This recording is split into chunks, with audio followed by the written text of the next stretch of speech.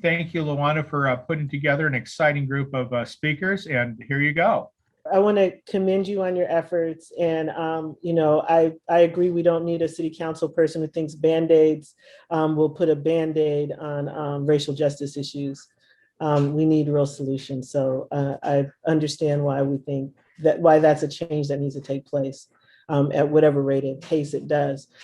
So I'm for those of you who are here to hear about who's watching the Watchers, I'm really excited. We have a really diverse panel that is well informed and has skin in the game. So the people that you're about to hear from really care about what they're talking about. And I can say that I've had a chance to work with some of them on some things. And we're very fortunate that we have people in our community who are paying attention to what's happening when we're not. Because who's watching the Watchers?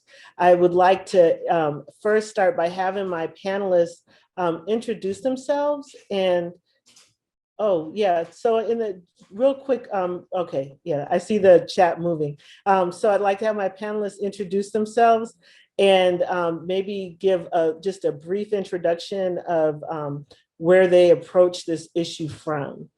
So we'll start with Humaira Yusufi. And did I say your name correctly? Because if I said it wrong, please tell me so I don't say it wrong all night. Yeah, that was correct. Humaira Yusufi. Thanks so much. My name is Humaira. I am with the Partnership for the Advancement of New Americans, PANA. And was the question how we approach this work? Was that the question? Okay. Yeah, I mean, for us at PANA, we serve the refugee community here in San Diego, as well as the broader African immigrant community, Muslim, Middle Eastern community. So, our communities have really been targeted by surveillance measures, particularly post September 11th. We've, seen that the government has created all forms of surveillance infrastructure that particularly targets our communities, that harass our communities, that criminalize us and has immigration implications. And so we've seen what that looks like in the street. We've seen what that looks like for our families. And so when we heard about smart streetlight cameras being installed all over, that they were already installed all over San Diego, the city of San Diego, and there's thousands of them. And I'm sure Khaled can kind of talk a little bit about how this all started. I'll save that for him. But when he tapped, us at PANA, like, hey, this is crazy. Do you all want to be involved? This directly aligned with the mission of our organization. And we were already working on some state legislation pushing back against surveillance of communities, as well as task forces between the FBI and local law enforcement, and how that basically deputized local law enforcement to become FBI agents. And so, I guess I'll leave it there, and then we can chat a little bit more. Always forget to unmute. Anybody who's doing the Zoom drinking game, that's your cue to take a drink because I didn't unmute. So now we'll move on to Aleena Nawaba. Hey everyone, my name is Aleena Nawaba. I work for CAIR San Diego, which stands for Council on American-Islamic Relations. I'm the outreach coordinator. So I was first exposed to surveillance via smart streetlights. When it came out, I was really excited. I thought, oh wow, San Diego is going to be a smart city. That was the guise that it was presented to the city. And then I started attending all these outreach. I started asking questions, and they were sort of deflecting all my questions. Finally, once I got into the meat of it, because I wasn't getting the answers I was looking for, it was like every answer was, oh, let me look into it. Let me look into it. By the 5th outreach they had, because they had 8 outreach, by the 5th outreach, there was a time that it was just me and the police officer in the room. And then he was just like rolling his eyes, and I was upset because I was asking details and he wasn't giving it to me. So then we did a FOIA report, and then we found out like there was so much information that they weren't sharing with us. I felt like they already had the knowledge, but they were deliberately misguiding the folks, which is interesting because it's supposed to be an outreach, communicating with the communities, except every outreach they had was never in the redlining community, the community that had the most the smart street lights. It was always like in the outskirts, like Rancho Bernardo, which they had like less than 50 cameras. And then they had an outreach in Point Loma, barely any smart street lights. It just made me really upset. And I remember even talking about it, like, why are you holding the outreach here when you have more cameras in that area? You show me the map and the outreach is never in those communities. So yeah, that was my first experience with surveillance. And then I got into like more surveillance, like Earn It Act, Patriot Act, Duterte's terror law. There's just so much surveillance going around the world, including right now, there was a new surveillance technology that came out, the FAA remote ID. Basically, if you own a drone, you have to give the government your ID. And that way they can actually tap into individuals' drones as well. So that's something we can talk about later. Thank you. Dave Myers, are you ready? I feel like you're the first one here, so you are probably ready. Whenever you want it to happen. I was just playing the drinking game. So again, my name is Dave Myers. Born and raised here in San Diego. Actually, had been in law enforcement for 35 years. When I finally got frustrated with changes that were not occurring that I could not be a part of from within, I ran for sheriff in 2018. Unsuccessful, but I scared the crap out of Bill Gore. And some changes did take place, but not substantially. And we continue to see the abuses occurring today.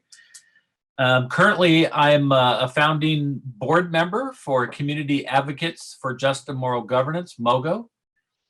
And we're happy about the legal impact work that MOGO does and is doing today.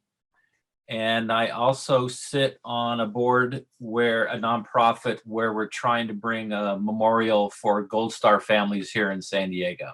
I do have a lot of experience with surveillance equipment, and we talk a little bit about smart street lights, but that is just the tip of the iceberg. Just the tip of the iceberg. And today, for the very first time, after much discussion with a local newspaper who ended up having to sue local authorities over the distribution of federal funds, a majority of which goes to purchasing surveillance equipment, took place today that not very many people know about. And so we could talk a little bit more about that. Okay, so Khalid Alexander, before I ask you to unmute, I have to say I was unaware of the Smart Streetlight program. And then one evening I got a text message saying, hey, can you be at the library at, I think it was like 6 o'clock. And I think I got the text at like 3. And I was like, well, I don't get these kind of messages very often, so I'm gonna roll over there. And that was my first introduction to the Smart Streetlight. So the meeting I was aware of took place at Logan's Memorial Library. And it was definitely not well publicized. And it was very clear that the attendees were only there because of grassroots organizers. I hope I didn't steal your steam, but I just need to acknowledge how I heard about and began working with the Trust Coalition behind the scenes. Because nobody else knew who I was. Yeah, definitely. Well, first, let me say thank you for the invitation. It's an honor to be able to come and speak to the PDA, whichever form of the PDA is. I heard there were a lot of them out there, but I know I'm at the right one. And also, it's nice to be on a panel with Dave Myers. I know I've seen him in a number of our events, but never had an opportunity to actually sit. And then, of course, my sisters Humaira and sister Aleena. I love having a Muslim-heavy panel that has nothing to do directly with Islam. So appreciate the invite on all of those things. So yeah, my name is Khalid. I'm the president and founder of an organization called Pillars of the Community, which does work in Southeast San Diego. Essentially what we do is we advocate for people who are negatively targeted by law enforcement. After moving to Southeast San Diego, I was pulled over 3 times in 2 weeks by the police. And each time I was asked a question that stood out to me. One, are you a fourth waiver? Meaning, have you waived your Fourth Amendment right, which is a longer story, but also connected to this kind of issue of surveillance. And 2, are you a gang member? And at first I thought they were asking these questions because they kind of wanted to get an idea of the situation or who I was. But over the years, what I've realized is that these questions, which are asked in Southeast San Diego, not in La Jolla, are really to figure out how many of our rights can be violated, number one. And 2, in order to be a part and include you in a larger kind of surveillance system that happens throughout California called the Cow Gangs database. The Cow Gangs database, for those of you who don't know, is a database throughout California where essentially police officers or law enforcement can document you as a gang member if you meet, depending on the city, 2 to 3 criteria. Some of those criteria include wearing gang dress in a gang neighborhood. So that means basically wearing clothes in a neighborhood that happens to be black and brown, predominantly black and brown. Talking to a gang member. So you could be talking to a neighbor, you could be talking to your friend on the way to junior high, you could be talking to your brother or any of these people who are documented, or just having been pointed out by a known informant, a trusted informant, or an untrusted informant. So there's these very kind of arbitrary ways of documenting somebody as a gang member. Once they're documented, you're then surveilled and tracked in a system that has, huge consequences, including if somebody's shot and killed. The headline on the newspaper the next day doesn't say, human being or such and such killed. It says gang member, documented gang member killed by police. We ended up having about 33 in 2014, I believe. 33 African-American men were rounded up in San Diego by then District Attorney Bonnie Dumanis and charged with 50 years to life. Inside of the court, the district attorney said, not only do we not think they committed a crime, but we also don't think they even knew about the crimes. But under this penal code 182.5, we can charge them with any crime that has allegedly been committed by any gang that they are allegedly from. So I think that's important to understand how tracking and targeting and surveilling people can quickly turn sour. So when I learned about these streetlights, at first I wasn't too concerned. I figured, okay, that's something that, some of the larger civil rights organizations will be talking about. That's something that our elected council members will be able to challenge. But after going and sitting and listening to one of those presentations, I learned, kind of really how scary it was, that not only were there already, I think at the time, 5,000 of the lights up, but they were planning on installing 8,000 more. In addition to saving energy, they also had surveillance technology, including not limited to cameras, the capability of listening, of audio. And if you even watch, I don't know whether I believe it, but if you watch the San Diego city's little video on them, it even says that they could smell a fire before it happens. So, I'll let you all, I'm not a big tech person, but after listening to it, I was like, what, this sounds scary. So I reached out to some of our friends at the Tech Workers Coalition. I was like, yo, this kind of sounds scary. What do you think? And they were like, yeah, it's scary. And so, kind of the rest is history. We had a grassroots movement, multiple organizations trying to bring attention. But as Dave Myers points out, surveillance is nothing new in this country. The issue is the technologies that are now being brought to what has always happened are making the consequences of surveillance much broader, and the people who are targeted by them even less protected. And so the question of this thing, who's watching the watchers, I think is absolutely important, because up till now, not even the city council who supposedly voted and approved it knew what they were approving. And that goes, that's not only for these cameras, but that goes for, all types of toys and surveillance technologies and tools that the police and law enforcement are constantly buying. And so we realized that even though I'm not a big fan of tech and don't care too much about those types of issues, that this something was integral and absolutely necessary to address as a community member of Southeast San Diego. So I guess just to backtrack, I mean, it's, this was a really big issue before the pandemic. And I think people's attention kind of shifted into survival mode. And so I know that there were some developments that came along after it was brought to light.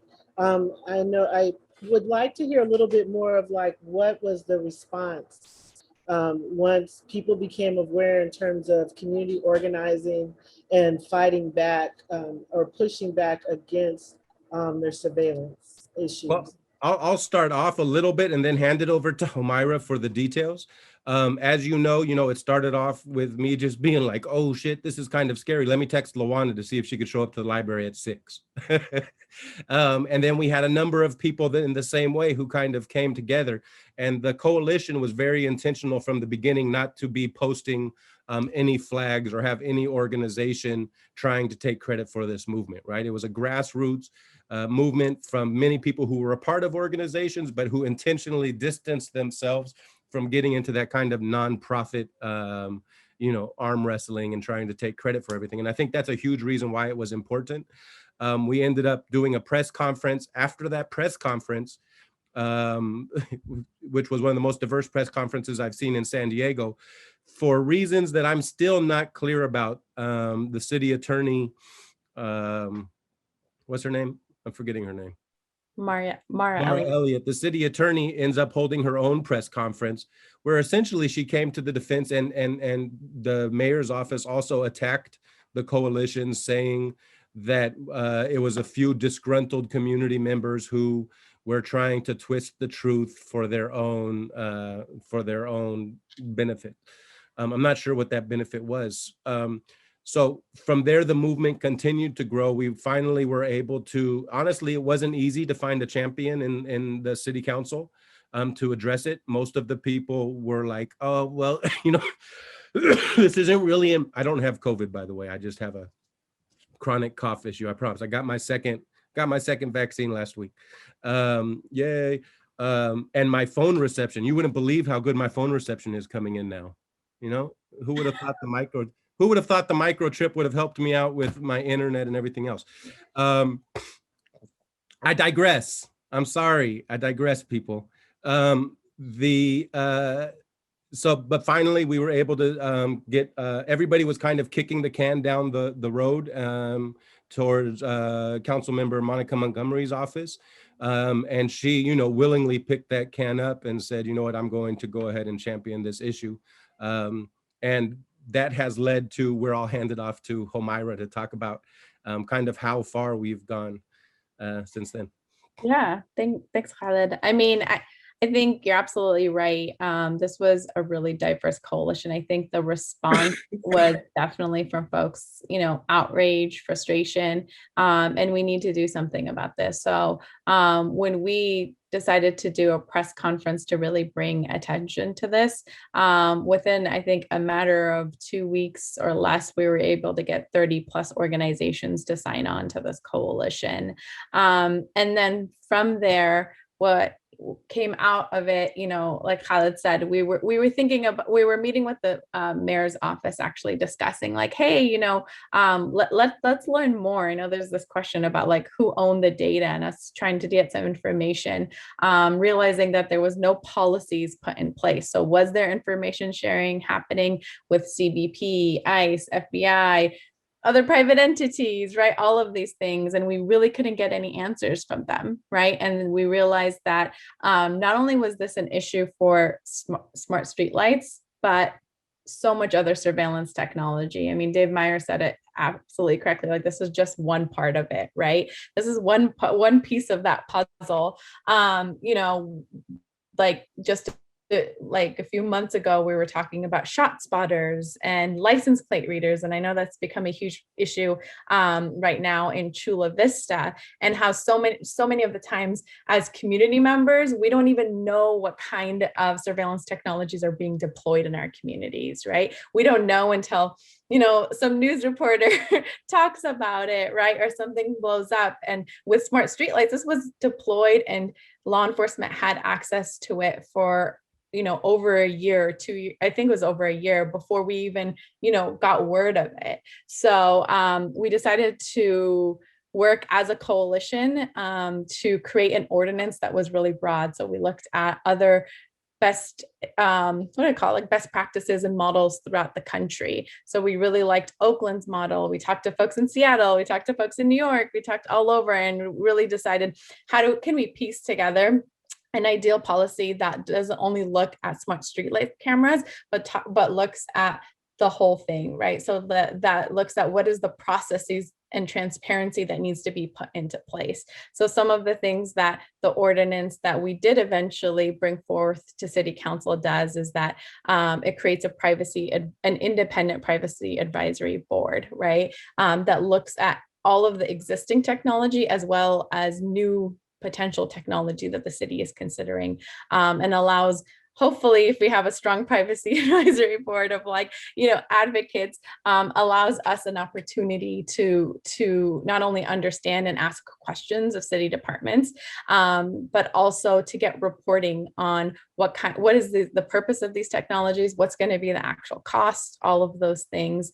It also requires that there would be like meetings happening in every district that the ordinance or that the surveillance technology would be deployed in. So like the example where Aleena and Khaled talked about, like in LaWana, right? Like where all of a sudden they go to this, they didn't have any of those community meetings until after the fact, right? So this is like putting the cart in front of the horse. So we're saying, do those community meetings first, get the input from community, right? Before you go to the privacy advisory board. And once you get the recommendation from there, then that goes to city council. So city council has a better understanding of what kind of decisions they're making. Because with smart streetlight cameras, what did we hear every single time we went to a council member's office?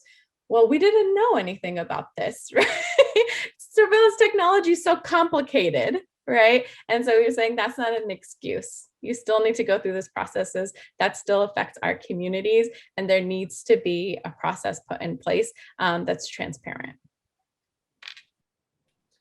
Right. So, Aleena, did you want to add anything? I saw you leaning in. Yes, I do want to add something. Whatever happened with smart street lights, right? Like Dave Myers said, there's so much going on currently. We have something crazy happening in Chula Vista, from automated license plate reader all the way to drone. So I remember as a kid growing up in Chula Vista, we would be in school, public school, and they would have these helicopters going over public schools while we were in elementary and junior high. So there was this sense of surveillance happening back in the 2000s, early 1990s on the communities.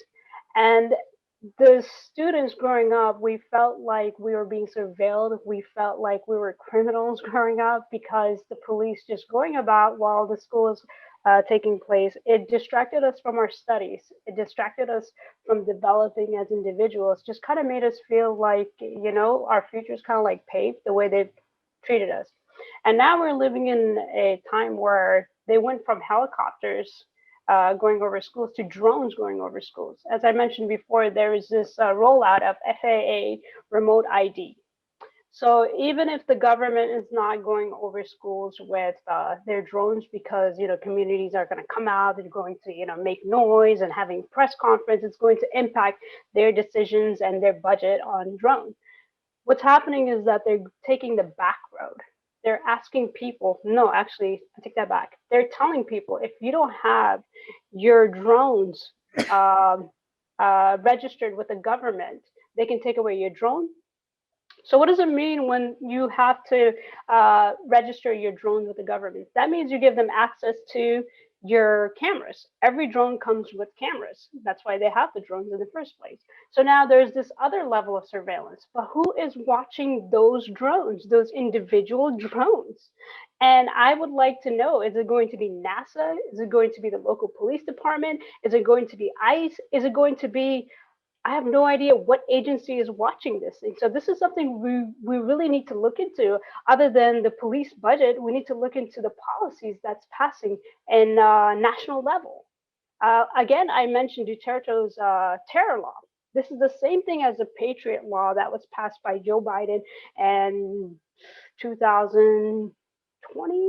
2000, well, right after 9/11. I forgot what year 9/11 was done. So it's the same thing as that. And then came the Earn It Act 2020. That passed in the Senate floor, unanimously almost. So Earn It Act, what it does is it gives access to governments to go into any website, any email, anywhere, and accessing all your information, all that data. Remember, we're living in the current Minority Report, Tom Cruise's Minority Report. We're basically living in police predicting policing. That's what it is. You're considered a criminal just by looking at your library card, right? When you switch the library card, you get a certain book, you're like, oh, I like this adventure book, I like action book. They're already monitoring children. So in a way, by the time you're 14, your life is predicted. Just like I was saying, the helicopter was kind of predicting our lives, making us feel like we're already criminals. Now they're going through these backdoor channels, the FAA, remote ID, going through Earn It Act, all of these things. And yet we still don't know who's watching NSA, who's watching the Senate, who's watching the local police department. We have had Measure B passed in a very high turnout, but now Measure B is being watered down. So is it really Measure B anymore? So yeah, that's what I wanted to add.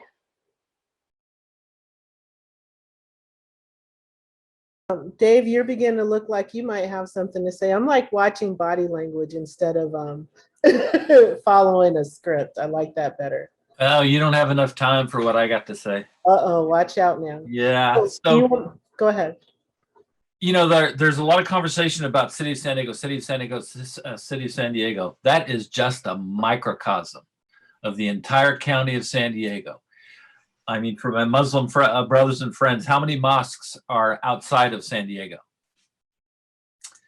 How many of this new push for privacy, how many temples are outside of the city of San Diego? How many, other religious institutions or clubhouses or stuff where people frequent that are targeted are outside the city of San Diego? There are so many forms of data collection that law enforcement has access to. So my focus has always been on where is it, who has access to it, and what are they doing with it? And quite frankly, our local governmental agencies, starting with the Board of Supervisors, and then every single city council, not just City of San Diego, should adopt the same policies and practices that are being pushed in the City of San Diego to monitor the smart streetlights. Every single one, because all this specialized equipment, all this data crunching software, computers, cameras. Does everybody know that, I'm pushing for, and a lot of people are pushing for body-worn cameras. Where's all that data going? There's a push countywide now for every police agency that gets body-worn camera for that video and audio to be transferred to one accessible computer system. Who's going to have access to it? Who manages that? That's just one aspect of it. Recently, during the protests last year, a lot of the protesters that were arrested, jailed, but never charged, upon their release, their cell phones were never returned. Now, why? It's no coincidence that our law enforcement agencies, and it was exposed this morning publicly, purchased these devices called Stoplights, which extract all text data, email data, photos, social media posts, social media interactions, WhatsApp interactions, can download all that information. Now, you say, well, that's a violation of the Fourth Amendment. You're right, if it's going to be used in a criminal prosecution. But where's all that data going? Mogo took up the issue and shot off letters to the police department, the sheriff's department, and the district attorney. Lo and behold, these cell phones were returned. So, you know, my concentration is going to be on helping individuals understand and create policies and practices adopted by our governmental bodies that show accountability and transparency in audits of these computer systems, audits of these data collection devices, audits specifically with a view towards equity in who developed the software that these, let's say, everybody heard of Palantir? Anybody know what Palantir is? Palantir is a very specific, very powerful data, for lack of better terms, like Khalid, I am not a tech person. I've seen a lot of what tech does, and but Palantir is a very powerful data analytical device, and that stuff is in there forever. And I'm not saying that it's right or wrong, but I want to know who developed the software. I want to know how it was developed. Earlier, I put into the chat on an investigative report that was done on the biases within algorithms. And all we have to do is look towards facial recognition for some recent stories about that. So, you know, everybody know what the LECC is. I think a lot of people know what ARGIS is and what ARGIS does as far as housing and transportation. But do you know ARGIS is one of the largest repositories of police data in the region? And they have a set, you know, how many people have shown up to ARGIS and said, hey, wait a minute, you know, where are you getting these crime stats from? I think also what COVID has exposed and the data being collected by, like during hepatitis A, if you remember hepatitis A and the data being collected, that information is being analyzed within the LECC and ARGIS. So, you know, with the emphasis on accountability, transparency, and how often do we get to see, I'm not asking them to show me the books on names and stuff, but I want to know, like the gang database, I want to know how often you audit, how often there are problems associated with it. You know, all you have to do is look towards the CLET system, which is the just DMV records, right? California DMV records, and show the abuses of law enforcement who have access to find out, maybe I can get a date with her. This is where my ex-wife lives. So there are lots of demonstrated and documented abuses when you do shine light on what has never been seen before. Dave, I'm so glad you're here. You bring a great perspective. I will say that working in higher ed, we're required, because of all the data we have access to make sure we're not violating FERPA. And then access to medical records is governed by HIPAA.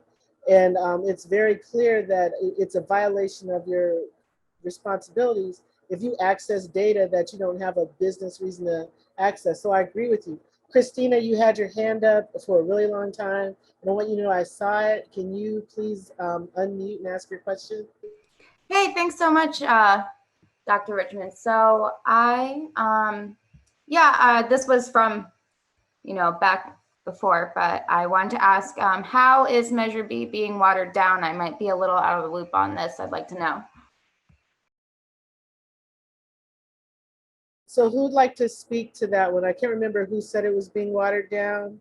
I know I've been in some meetings and can concur. Aleena? Yeah, it was me. I said it was being watered down. So originally Measure B was supposed to have an independent oversight over the law enforcement. So the independent oversight was supposed to be like selected by community members. However, even though they're being selected, they're still not given access to everything when it comes to law enforcement. And there is like obstacles being put intentionally to make sure the information, if it's being extracted, it takes a very long time. I can give you a perfect example of why I think it's being watered down and why it's so difficult when you are requesting for information and they're making you jump through extra loops. When I was requesting for a FOIA report on smart streetlights, just to see where the funding was coming from and who also had access to it and who actually signed it, everything. I was actually given a few items, and it was given to me in the span of 3 days. Like, for example, that is like, they would give me every 3 days, they would give me like one piece of paper. And I would read it, and it's barely any information, nothing. It was just like just transcripts of conversations of like city council meetings and stuff. And then after like months and months later, and that's when Corey Briggs he requested the major FOIA report where he requested, and I was still requesting, and they were still giving me a very hard time. So luckily, I was introduced to Corey Briggs, and then since he's a lawyer, so he understands the legal way of requesting FOIA, he had the entire transcript. Excuse me. So it's being watered down because they're putting obstacles for the commission that was created to request information, to see what's happening with law enforcement. So what's the point of having oversight if the oversight can't oversight if they can't do the simple thing that they were required or they were created for in the first place? They cannot oversight unless if they have access to what's going on in the police department, what are they doing, what are the tactics, what are the practices. So that's why it's being watered down. It's just not viable. That's disgusting, and it's outrageous to think how they add these obstacles after the voters and every group in the community supported it after the shootings earlier this year, or last year rather. And it's like, how are they doing this after? Like, how are they adding these obstacles after Measure B was already voted by the city council, the voters, and implemented by the city council, right? So Christina, that's the lovely world of bureaucracy. There can always be a piece of paper or rule or an obstructionist. I mean, there's a lot of stuff that is just not being that's not being made clear. There's a lack of transparency, and there's probably a fear. What happens in a kitchen that's not clean and the lights get turned on, then everybody gets to see all the roaches. And so I think that is a factor. I will say, I had a follow-up question for everyone. It's been almost 2 years since people started talking about the smart streetlights. And I know that, we had the ordinance and we had Measure B passed. But my observation as, just a average concerned citizen, two things. One, I don't see that there's been any material change to the smart streetlight program. I'm open to correction if I'm wrong about that. And then two, even though everything that happened about surveillance and all the awareness and all the people advocating and saying that there's a problem with it, they then were still able to acquire the software to break into people's cell phones. And so did the ordinance not cover it? Did they still just like, oops, we didn't know? Because we've identified the problem, solutions have been put in place, but I feel like they're not working. Anyone want to speak to that? Oh, Hamira, thank you. I can start. So our ordinance, there are two ordinances passed through city council unanimously on its first vote. However, it is not implemented yet. It is actually in meet and confer right now with the unions. And from what we know, the POA the police union has not met with the city yet. So it's a delayed process. And we know that, the mayor's office is working on this, and we've met with their office. And so in response to your question of like, is it not working? It's not in place yet. So there still needs to be a lot more advocacy. I mean, and so the city council that also initially passed this unanimously, we all know there was an election, a lot of them transitioned out. And so there's there's another push we're doing right now as a coalition to make sure that our ordinances stay intact. So we definitely encourage other folks who want to get engaged with this work to continue to join the Trust Coalition and be involved, because the struggle's not over yet. We still have more work to do. Yeah, the only thing I'll add to that, Dr. Richmond, is that had it been in place, yes, it would have prevented that type of thing, or not necessarily prevented it, but it would have at least forced a discussion around it. And it's important for us to state, and as Myers has alluded to, that although these lights were the kind of the initiator of these ordinances, it covers everything, and that because we realized kind of that there are no structures in place. It's also important to notice that even though many of these technologies are sold to us as helping the city in general, that it's actually law enforcement that benefits the most from them. So law enforcement is the only one that have had access to those cameras and been using those cameras from the streetlights. And they are also the ones who seem to be at the very least dragging their feet in order to prevent these ordinances from being in place. Because if there's one thing that they don't want, it's oversight, right? We have a police, state essentially where the, law enforcement and the police tend to do what they want, and any questioning and any oversight or whatever is looked at as a negative attack on them instead of just kind of concerned citizens. I used to think that our politicians actually had control over law enforcement and the police, but lately I'm not so sure, particularly with the recent kind of pushing through on some of this. I don't remember whether it was Homeland Security grants or whatever in order to kind of purchase stuff without being in the open. But I think maybe Dave Myers could talk a little bit about like who's really in control here, man, because I used to think, if we talk to the elected officials, they'll hold the police accountable. But frankly, I'm feeling a little bit less, I'm a little disheartened by that, particularly with, our recently elected council members. Can I just say something? The budget that was used to create this smart streetlights was actually from community budget, from sustainable community budget. So that's why the police department refused to say they had control over the smart streetlights because of the budget.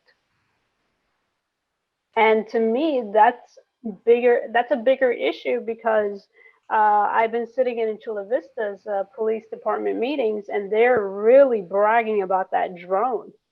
And they keep talking about how the drone was not paid by community resource budget. It was paid by the police department, Chula Vista Police Department. And they're actually regenerating funds because Hollywood wants to utilize the drone technology they have. And they keep talking about that, going back to what Dave Myers was saying, that we got to audit these police departments, see who's really funding these resources. I mean, yes, we have the sessions about who's watching the watchers, but I feel like wherever the funds are coming from, those are the people in control. And I still think the city council has power. They might not use their power for the benefit of the community, but they still can decide by, deciding what's the police budget and how the police cannot access other budgets. They should just stick to their own budget. If they want to create drones or smart streetlights, it should come from their budget, not from ours.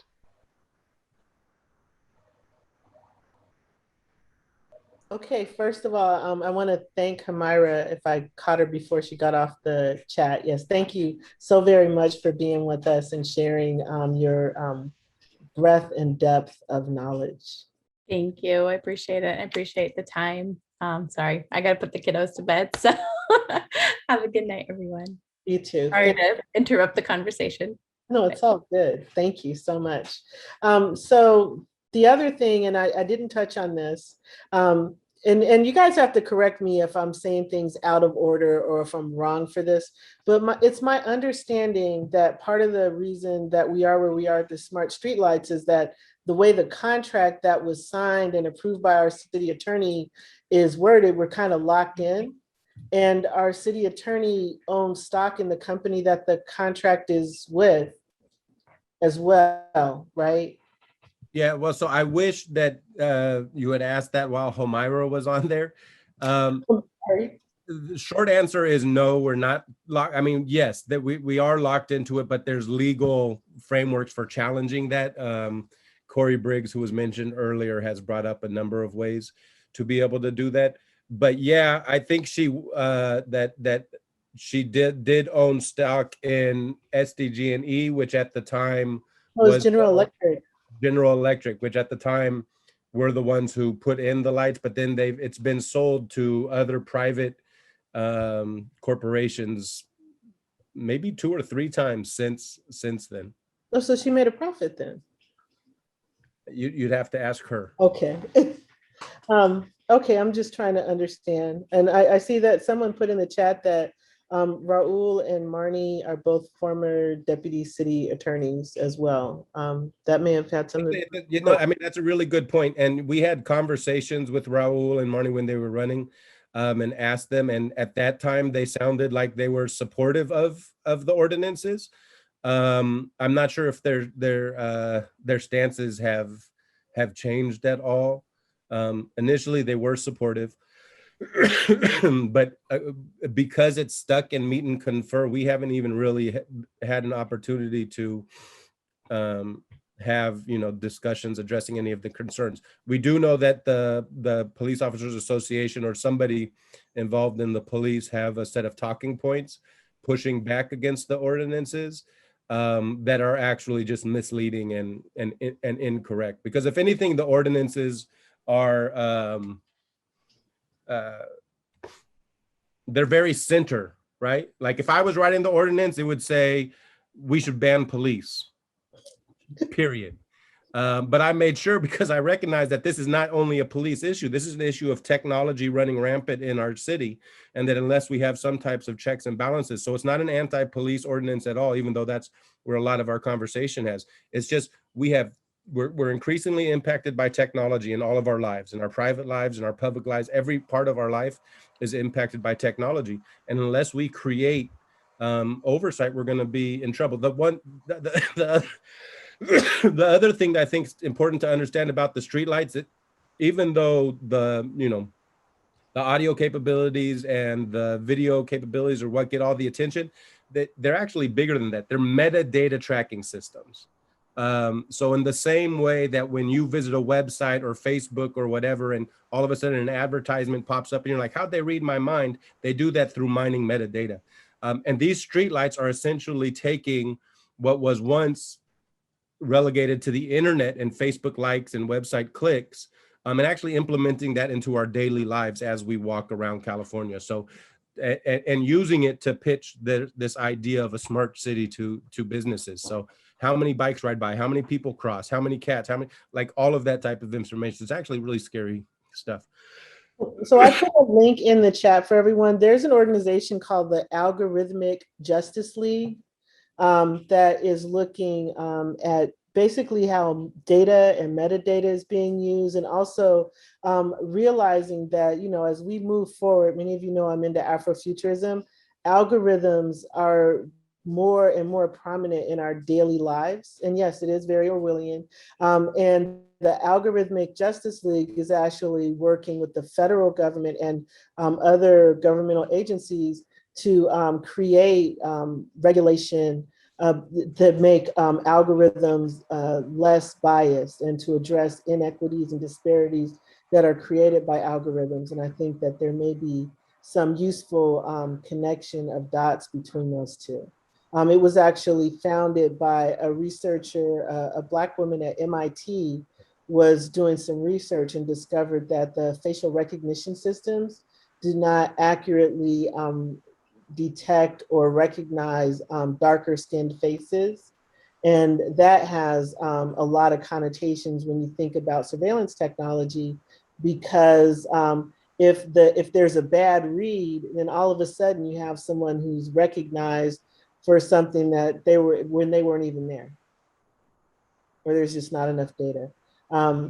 So we're getting close to 8:30. I know we're going to have some closing remarks, but I want to ask each person that's on the line still, each of our panelists, to think about your call to action, because I think the information you're sharing is important, and it's important for people to be aware, but I think it's more important. It's like, okay, so now that you know, what can you do about it? Who can you call? How can you advocate? Where can you go or show up? Or what can you do to help protect rights and to, push back against the surveillance state? Who would like to start? Aleena? Let me jump in there. So, just be aware, educate yourself, show up to things like this. Don't be afraid to listen to what other people have to say.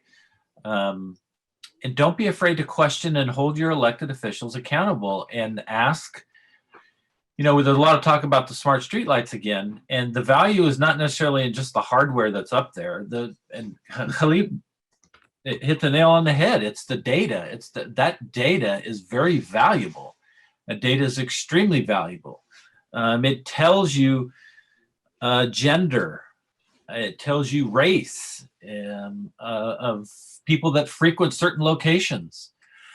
And then, my big worry is always who has access to it, and how do we know who has access to it, and what are they doing with it? The smart streetlight ordinance that's sitting in, and I'm sorry Hamara's not here, but sitting in the meet and confer process, I've been through in the Sheriff's Department thousands of meet and confer processes. Meet and confer does not mean meet and agree. That thing could get out of meet and confer tomorrow. The city can say, we disagree, we are implementing, period. It's over. But your elected, I live in La Mesa, so I say your elected officials, your new mayor, your new council members do not have the willpower to implement that ordinance. I mean, that's plain and simple. And they need to be told that. They need to be held accountable for that. I would like to see the same type of demands at the county for all of the county information. To Khalib's point earlier about, do the police and the sheriff's deputies run the elected officials? You bet they do. They run them around with a leash. And the reason is they're afraid to, the elected officials, to go up against them because these elected officials have to run every 2 or 4 years. We see it occurring in the 79th district today. Extremely disappointing. If somebody doesn't even live in the city of La Mesa is using something that happened in La Mesa to further their political career against an elected city council member who was here, who was part of the process, who made a difference. So back to who's watching the watchers, I just emphasize that people ask our elected officials as part of these accountability processes, is besides the equipment you're buying and why, is we need to hold you accountable. And to do that, we want to know on an annual, a semi-annual basis, what you're doing with our data.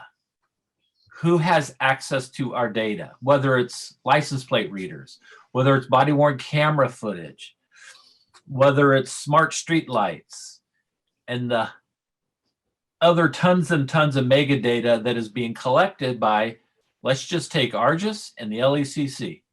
And those governing bodies are the sheriff and the chiefs of police. In my opinion, that has to change. The majority should be community members, not law enforcement, who clearly has a conflict in how that data is used, who's seeing it, and how we can get access to who's accountable for that. Okay. Kind of. I mean, so I would say two things that kept coming up. We have to figure out ways to check the power of law enforcement. Um, if our if our elected officials are being, controlled by law enforcement and not to make and pressured into either making decisions or not making decisions because of law enforcement, we're essentially living in a police state. And when police are the ones who dictate the laws, when police are the ones that dictate what ordinances get put in place, what ordinances don't get put in place, we're in a lot of trouble. And one of the things that I think, Dave Myers goes, it's not that the police are bad, it's that the police are human. And humans make mistakes, and some humans are bad. And if you're a part of a system that's very human, we need to ask ourselves, why are we giving these human beings powers and control that we wouldn't give to anybody else? Right? We would never give our mother the ability to surveil us the way that we allow law enforcement to surveil us, right? We wouldn't, and the same goes, outside of law enforcement as well, right? In all, whether it's Facebook, we would never give our mothers the information we give to Facebook either. So I think it's important that, one, we begin to figure out ways to hold law enforcement accountable, but two, realize that this is also bigger than law enforcement, and look at all of the technologies that are in our lives and begin to question them. From the time we wake up in the morning after the iPhone counted how many hours of sleep we have, how many steps we walked, where's that information going? Find kind of the areas where technology intersects into your own personal life, and ask yourself, whether you should be concerned. Start asking those questions, look into it, research it, and then find, are there other people who are also concerned around it? The work that's being done in Chula Vista now is extremely important work. And, activism and organizing is not a special calling, it's the calling of all of us. And so find an issue, organize other people around it, and fight for change. Because if we're not fighting for change, and if we're not fighting to create a better world, those people who are benefiting from the world as is are going to remain in power. It's not within law enforcement's interest to give up power. It's not within the interest of these corporations and businesses that are trying to make money off of surveillance and technology to give up power. So unless we take power, nobody else will. And so it's absolutely necessary to organize. Wow. So I wanted to make sure that we covered a call to action, because I think that's really important. So I guess my last question is, if any of you have any closing remarks that you would like to make, or if anyone in the audience has any additional questions that you would like to have answered. Do we have Aleena's call to action? We didn't get a chance to hear from Oh, you. I'm sorry, Aleena. I thought you started. My bad. I'm used to you. No, that's all right. Yeah, so going back to what Dave and Brother Khalid was saying, I mean, the first place, anything starts with self, right? You have to educate yourself. I mean, think about it. When we walk into a restaurant, we order food. We're so picky about what we want on our sandwich. If that pickle's missing, oh, no way. And then we bring in the manager. We're like, hey, your employee didn't put a pickle on my sandwich. We make a big deal about it. And the manager has to, apologize, make sure the customer service, everything is done properly, and making sure that the pickle is there. So this is all because we have the dollars. We have the budget. This is our money. This is our taxpayers, money. And we are supposed to decide what goes on our menu in our city. We have to know exactly what's in the sandwiches, right? What did we pay for? What do we want for ourselves? How are we going to benefit as citizens, as public folks? We have to make sure we have the education. I highly recommend knowing what's going on in the city. You don't have to know everything, but you should have an overview of ideas. And then the second thing I would recommend is know your rights. Know your rights with technology and privacy. Recently, I'm working with a coalition, international coalition. We're working on data and privacy is human rights. That's considered human rights now. So you need to understand your rights, because it's not just you sitting in San Diego, there's a smart street light. It's also you traveling, you going into airport, and you passing that border, you going to a different country. That's also knowing your rights too. What information is being shared with organizations? I mean, just think about it. Recently, over 150,000 cameras were hacked. And those cameras were connected to the police department, healthcare department, educational department, all these departments. And now the hacker has all this information. It's so easy to hack. By the way, it's not hard. I've done it to my brother's computer. And I'm not that smart. I'm not technologically advanced. It's not that difficult to hack into systems like that. For example, the smart street lights in San Diego. Do you really think the police officer understands technology? No. It takes one little teenager to sit there, be very bored midnight, to go in there and hack into everyone's technology, look into people's lives, look into information, look into data. Someone was saying something about like, what about this data sharing? Is it being shared by third party? Of course it's being shared by third party. Google is sharing our data. Google is coming out with military technology. Google is doing all this stuff, including RFID, right? They have access to everything. And these smart street lights are connected to our cell phones. Again, they can find out if we're breathing or we're not breathing, how many rates, how many heartbeats is rating, how many is not. So going back, you have to self-educate yourself, know your rights. The second thing is get to know your elected officials. Because for 2 years, we were working on Truth Act. Truth Act form is basically to prevent the Sheriff's Department sharing data with CBP as well as the ICE Department. As soon as Tara Lawson-Raymer, Nora Vargas, and Fletcher was re-elected and elected, Sheriff Gore came out saying, okay, I'm not going to fight you people anymore. I'm going to pass this. He didn't pass it because he didn't want to fight us, because he would have fought tooth and nail just like he's been doing for 2 years. He did it because he knew he was outpowered by 3 people. And the same thing we have to look into. I don't know where Marnie stands. I never had this conversation, or Raul or anybody else. I would call in these people and hold them accountable before that conversation even takes place. Get to know them. And they need to know who their constituents are, right?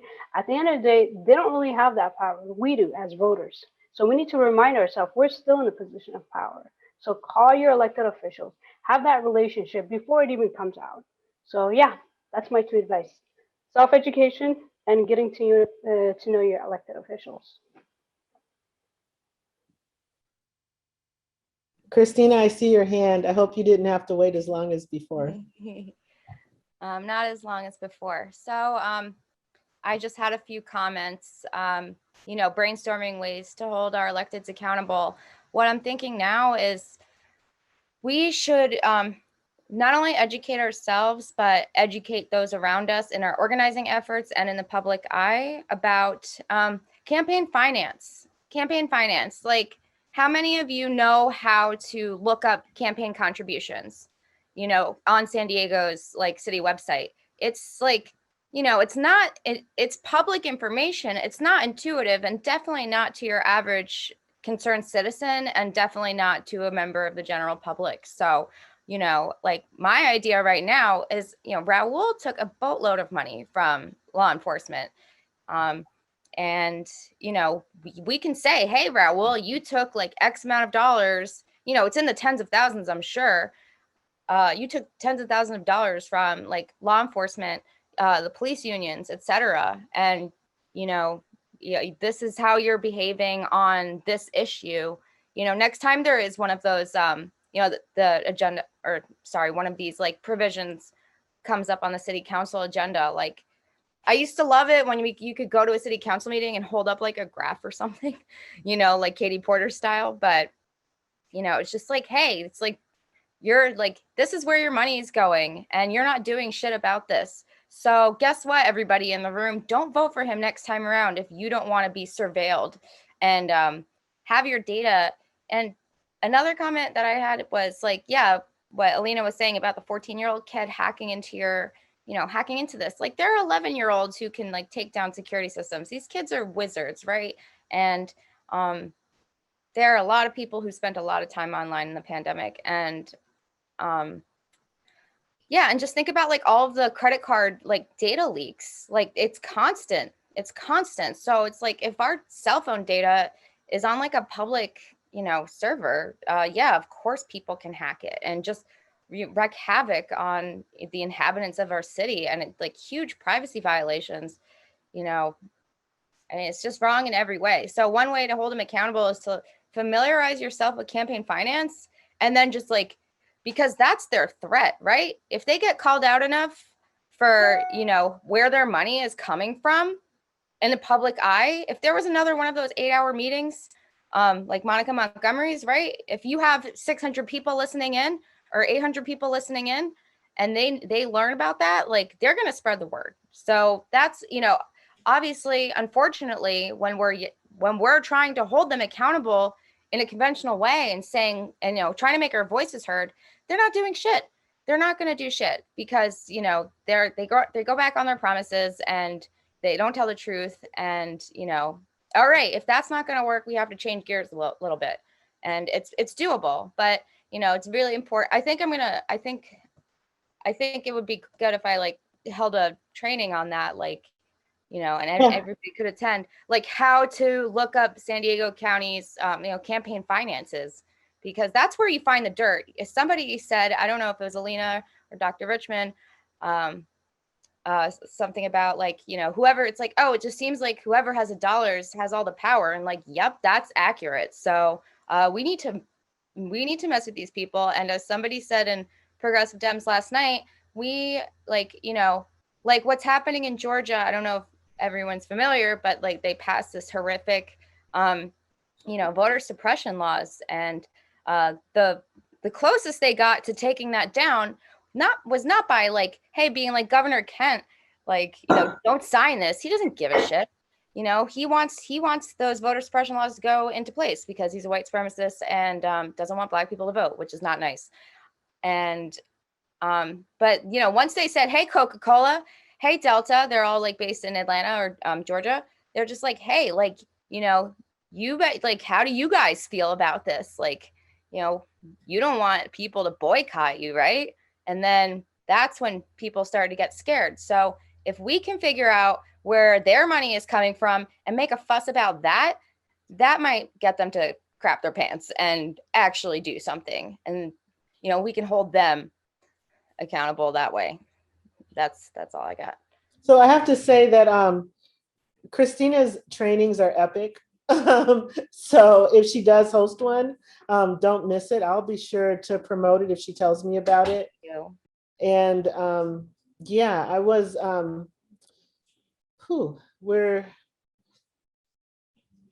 let's see, first, let me make sure there's no more questions. And then I'm wondering if you all will indulge me for a moment.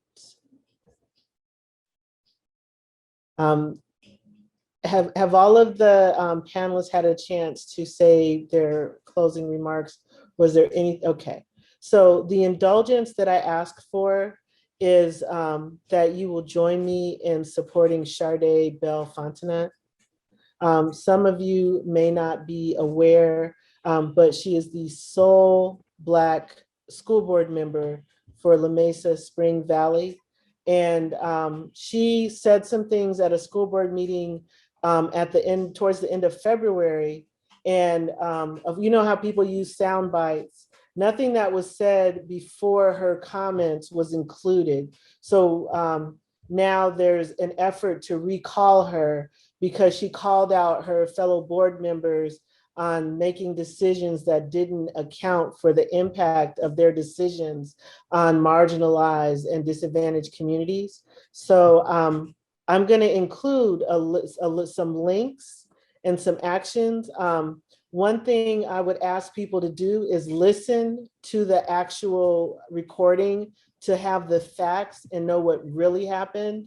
And once you hear you understand what's really going on, you'll feel comfortable about supporting her. 2, sign the petition, which I'll put the link to. And 3, leave public comments at the school board. And one of the things that's been happening is the public comments that are supportive of Sharday have been deleted. So when you do make a public comment, please also share your public comment publicly. So do a screenshot of it and share it so that people can see that she does actually have overwhelming support, and that there are people who understand the disparities that are not being addressed. I know that that was not the topic of tonight's meeting, but as someone who understands how important it is that education itself be decolonized so that we can root out white supremacy and misogyny and all of the isms when people are young so that they don't get a chance to take root. That is so important that, and I feel that strongly about it. I could not, I feel like I would be remiss and I would be negligent if I did not bring that up. And I appreciate your indulgence in allowing me to share that. And I will put the link for the petition because it looks like it didn't transfer over.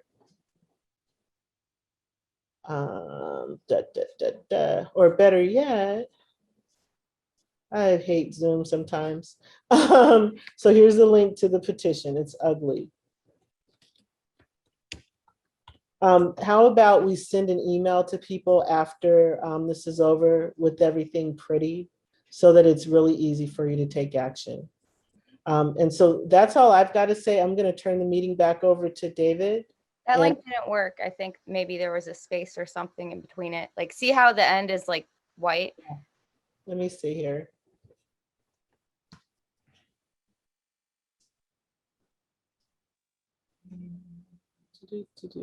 So part of it is working at the university. Anything that I get in email gets an extra layer of security added to it. Yeah, mine worked. Okay, so now maybe it'll work. The petition's really short, but yeah, I really appreciate everyone who's able to support Sade. We say that we want change. When we have someone who gets into position, it's not enough to elect them and walk away. It's important to also stand by them in solidarity, especially when they put themselves on the line to say unpopular things. Okay. Okay, a couple things. I'm going to jump right in, right behind you. And first, thank everybody. My goodness, you guys are awesome. All the participants, all the contributions that all the participants had, all the speakers, all your contributions. LaWana, you were an ace. I marvel at your leadership and your ability to draw out the best out of everybody. So thank you all. Second of all, Chrissy, you and I will talk and we'll see about doing that training in one of our meetings in the near future. And we'll get it out and we'll do this throughout the progressive community. I think so. I think that's a good idea. You know, and I think that it might even be worth it to just like post it in the broader like Democratic Party. You know, I'm like, are you in that like Get Stuff Done group on Facebook, that chat? I don't know. I do some of it. I don't have as much time as I'd like, right, but one of the things is PDA-CA here, the chapter here, we do forums, and our focus is more education, and we reach out, and we're not just Democratic Party, we're everybody. So we're, you can be here and be green, you can be, you don't have to be in the Dem Party. Mm-hmm. So okay, cool. Yeah, I'm thinking I could call it like a follow the money training, and then we could just like do a Katie Porter and just bring a pie chart to a city council meeting and scream at them. It'll be awesome. Yeah, and we'll all do it. Get your whiteboard ready and get your colors out. So that much I love. The other thing is all these things that were put in the chat, I'm going to do my best to get them moved over onto our Facebook page so that everybody can see them there and view them and fire them up. So we can do some more education. And thirdly, there was a lot of information that was put out here. So again, go back to the YouTube channel, and if you need to review or if you get a little you get confused on your memory saying, oh, what did they say about X? And you can go back and then you go, got it, and now I got my action step. So and we all need to do the actions that were talked about here. We need to fire up our city council people. I had just had a chat today with Ralph Campillo, and I'm trying to bring him back into the fold. He's going to be our anchor for our next meeting, and we're talking about hate crimes, and we're going to examine hate crimes at our next meeting because he's prosecuted one, and we're going to try and get Judge Nader, and we're going to try and get Genevieve Jones Wright, and we're going to try and get some other heavy hitters to talk about hate crimes and how to first understand them, and two, stop them from happening in San Diego and California, and then maybe in the whole United States. Because the more we understand about hate crimes, the more we understand about how we need to quit looking at people as, in a tribal capacity, the better off we're going to be, the more homogenous we're going to be. So with that, I will give everybody a couple minutes here. Just raise your hand and I'll call on you, and you can have a quick 1 minute say. Aleena. Yeah, I was thinking about, since you were talking about hate crime, I was thinking about providing a bystander training through CAIR. How do you deal with, like, if someone's suffering from a hate crime? What do you do as a bystander? We can provide that training if PDA is interested. That sounds great.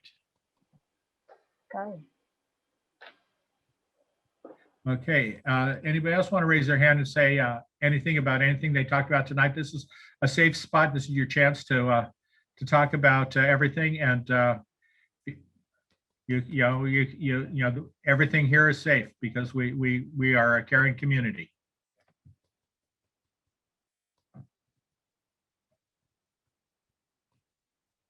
Okay, LaWana, do you have any other closing remarks you want?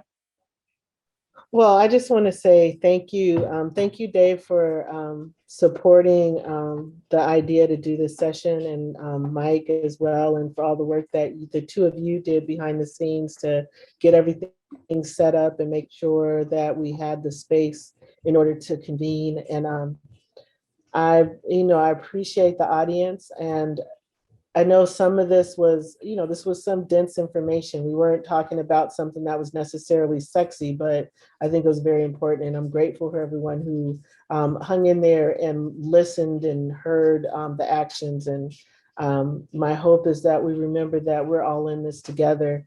And I always think about, if we don't stand up for each other, when we need somebody to stand up for us, who's going to do it? Amen.